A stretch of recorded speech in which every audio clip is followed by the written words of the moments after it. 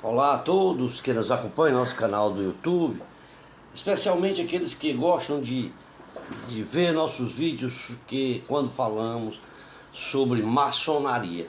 Em nosso último vídeo sobre maçonaria, nós falamos sobre a maçonaria especulativa na Inglaterra e na França.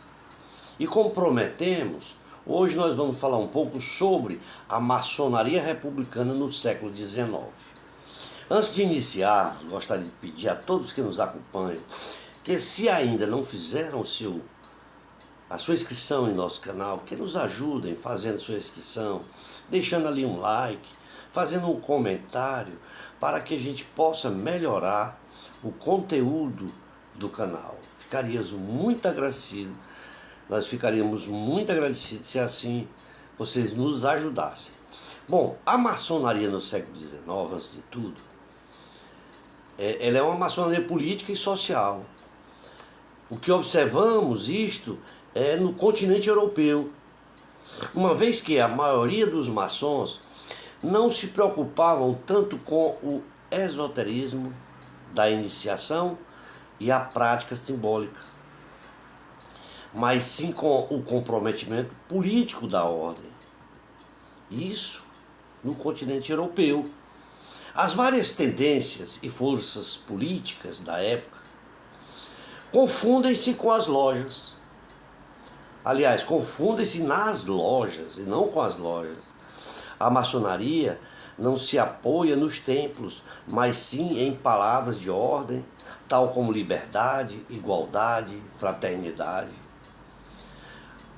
A ordem maçônica não opta por uma orientação política específica, já que ela favorece a um quadro de discussão mais ou menos amplo sobre os temas daquela atualidade. Portanto, a maçonaria ela toma, contudo, posições políticas claras em promover os valores democráticos e republicanos. O livre pensamento, sob todas as formas, torna-se seu principal tema, ou o seu princípio tema. A maçonaria ela é chamada de pequeno burguês e transforma-se em um superpartido que luta contra a igreja e a sua doutrina.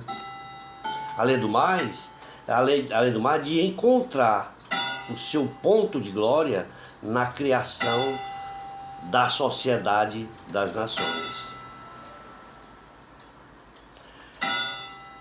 3 exemplos podemos afirmar sobre o significativo de grupo de maçons políticos e intelectuais no século XIX. M. Justice Converse, presidente do conselho do seu departamento municipal e senador, que torna-se presidente do grupo da esquerda democrática em 1893.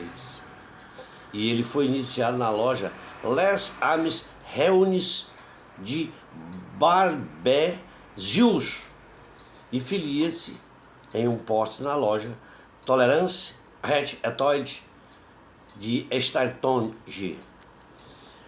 Ele entra no governo de Léon Bourgeons como ministro da instrução política, das artes, da cultura, e vai desdobrar-se na defesa da República e do laicismo, mandando encerrar em poucos dias 2.500 escolas religiosas.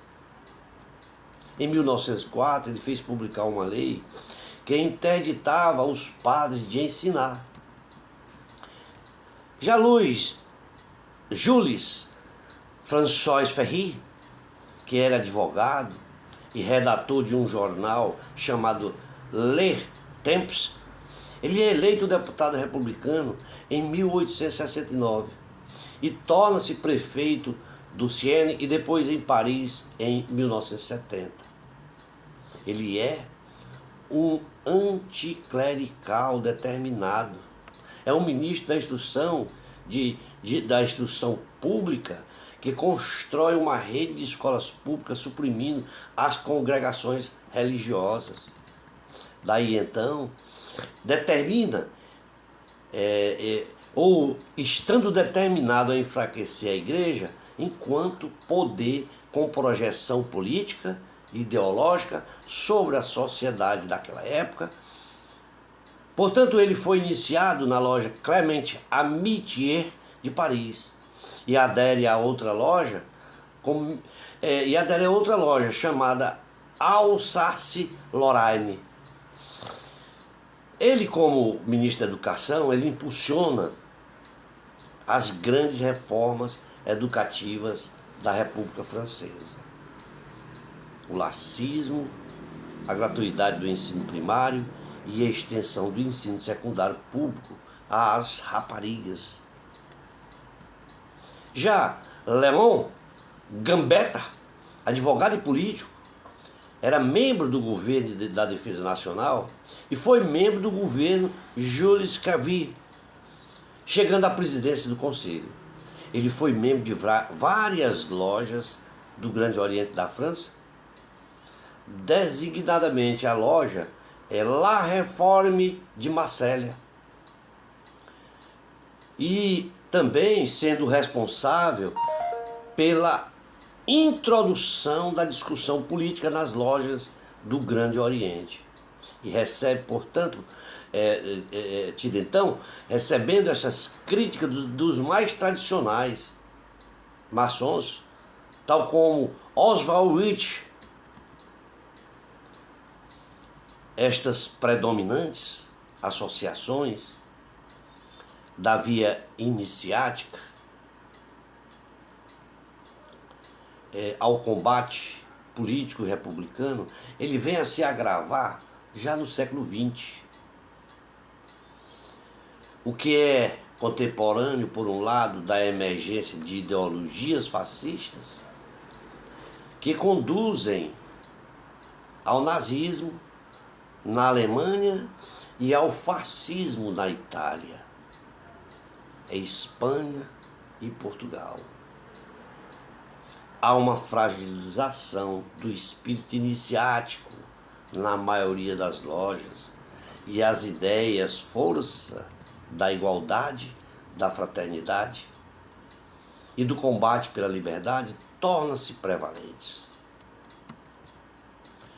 Foi daí então que a aposta no igualitarismo sem princípios conduz à confusão entre valores espirituais e valores políticos. Tudo isso no seio das lojas. Estas transformações, elas se transformam em escolas noturnas ou reuniões de comitês. Isto em que os partidos que emergem com o republicanismo confundem-se com as lojas. E daí arregimentam milicianos para os golpes militares que desferem contra as monarquias europeias do direito divino, misturando-se então entre os propósitos e valores da maçonaria e da carbonária, que ficou generalizado. A segmentação entre maçons e antimaçons é acentuada com a publicação da encíclica pelo Papa Pio XII em 13 de setembro de 1821. Nessa encíclica se exprime claramente a renúncia pública de uma religião que se tem seguido, mas que se considera como falsa pelos maçons e pelos chefes da Igreja Católica através da encíclica Ecclesiam do Papa Pio XII. Pio VII. Pio XII não, Pio VII. Pio XII, aliás, desculpa. Pio VII, Pio XII. Nada ignora o prodigioso número de homens culpados que uniram-se nesses tempos tão difíceis contra o Senhor e contra Cristo. E implicaram, todos eles, os esforços em enganar os fiéis, dirigindo-os para uma falsa e vã filosofia e arrancando-os do seio da igreja com a esperança de arruinar essa mesma igreja. E tudo isso para alcançar facilmente os seus fins, em que na maior parte deles formaram uma sociedade oculta, através de seitas clandestinas, e os seus fins eram procurarem, formarem seitas ocultas, clandestinas, e, além do mais, procurando por essas vias, agregar o maior número ao seu complô. Neste aspecto, é necessário assinalar que é uma nova sociedade formada recentemente e que se propaga por toda a Itália e outros países, a qual, ainda que dividida em vários ramos e escondendo-se sob vários nomes, segundo as circunstâncias, ela é a única, tanto pelo seu conjunto de opiniões e pontos de vistas, como pela sua constituição.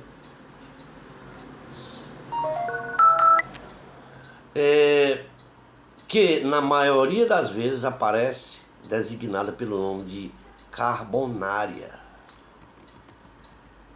Este desafio do chefe da Igreja Católica aos maçons conduz, através da encíclica, conduz ao reforço do poder interno dos que visam ou visavam combater a Igreja e fazer cessar os seus privilégios acumulados por séculos de associação entre o poder temporal e o poder espiritual. Isso conduz à rejeição da dimensão espiritual da maçonaria e à supressão do grande arquiteto do universo como um princípio instituidor da ordem maçônica, por tratar-se de uma realidade ditada pelas circunstâncias do continente europeu, que a maçonaria inglesa desconhece, até pelo fato de, na sequência do cisma, na sequência de cismar com Roma, a Igreja Nacional Inglesa, ela tem se reformado institucionalmente, reconhecendo o rei como a autoridade suprema da Igreja Anglicana. Assim, portanto, se explica que parte importante do episcopado seja reformado por maçons, que detêm posições importantes na ordem. Esta mesma tendência ela foi seguida nos países escandinavos e na Alemanha, em que os luteranos, a Igreja Luterana, ela foram autorizadas a continuarem na maçonaria. Os luteranos da Igreja Luterana, eles foram autorizados a continuarem na maçonaria, revelando a estrutura das confissões protestantes e simpatia pela atividade das lojas. A profissão política das lojas do Grande Oriente, da França, não deixou de ser criticada pela corrente tradicionalista, que a considerou como uma adulteração dos princípios e do ideário maçônico. Guédon, por exemplo, ele dizia o seguinte: o que é lamentável é que há que se verificar, abre aspas, o que é lamentável e o que há de se verificar é a ignorância completa em muitos maçons, do simbolismo e da interpretação esotérica, o abandono dos estudos iniciáticos, sem os quais o ritualismo não é mais que um conjunto de cerimônias vazias de sentido. Ora, em 1877, as novas constituições do Grande Oriente da França suprime a referência grande arquiteto do universo, comumente chamado de Gadu. Na Assembleia Geral, que teve na data de 3 de setembro de 1877, em que o Grande Oriente da França proclama que não é necessário a um candidato à maçonaria na sua área de jurisdição para declarar a crença ao grande arquiteto do universo. Em 1878 dá-se a ruptura com a Grande Loja Unida da Inglaterra, que deixa de reconhecer o Grande Oriente da França como potência regular. Ao lado desta maçonaria politizada e social, emerge uma maçonaria iniciática, cujo representante mais conhecido foi Oswald Wright, que funda em 1902 a revista Le Symbolisme, onde difunde a via simbólica e ritualística. Este nobre foi ele, iniciado em 1882 na loja La Bienfaisance, Chanlonense,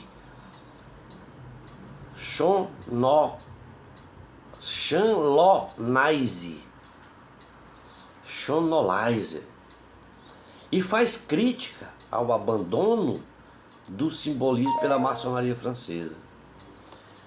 Este senhor filiou-se na loja Travail et les Vras, Amis Fidelis da Grande Loja Simbólica Escocesa, e vem a participar na criação da Grande Loja da França e nela se mantendo até a sua morte.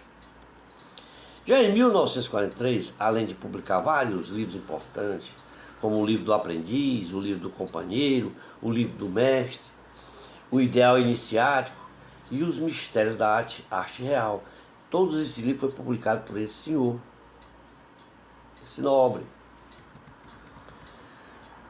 Edouard de Ribeaucourt vem a defender que a herança dos construtores das catedrais é o principal acervo da maçonaria, em que o grande arquiteto do universo é uma base intangível da ordem, tal como está escrito na lei sagrada, simbolizada pela Bíblia.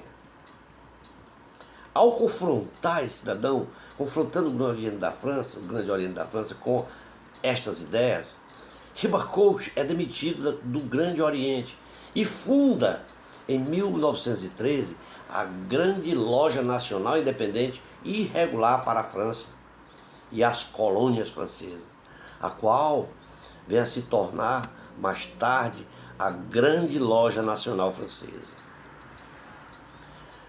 Em um manifesto de 27 de dezembro de 1913, ele proclama, abre aspas, que fomos levados para salvaguardar a integridade dos nossos rituais retificados e a manter na França a verdadeira maçonaria de tradição, a única que existe a nível internacional, ou a nível nacional, desculpem, independentemente da França e das colônias francesas. Meus irmãos, vamos ficar por aqui para não ficar cansativo. Prometemos em o nosso próximo vídeo falarmos um pouco sobre o regresso e a via tradicional no século XX. Obrigado a todos, esperamos ter contribuído com todos vocês. e nos aguardem, que em breve estaremos publicando sobre o regresso e a via tradicional no século XX. Forte, um tríplice fraternal abraço a todos.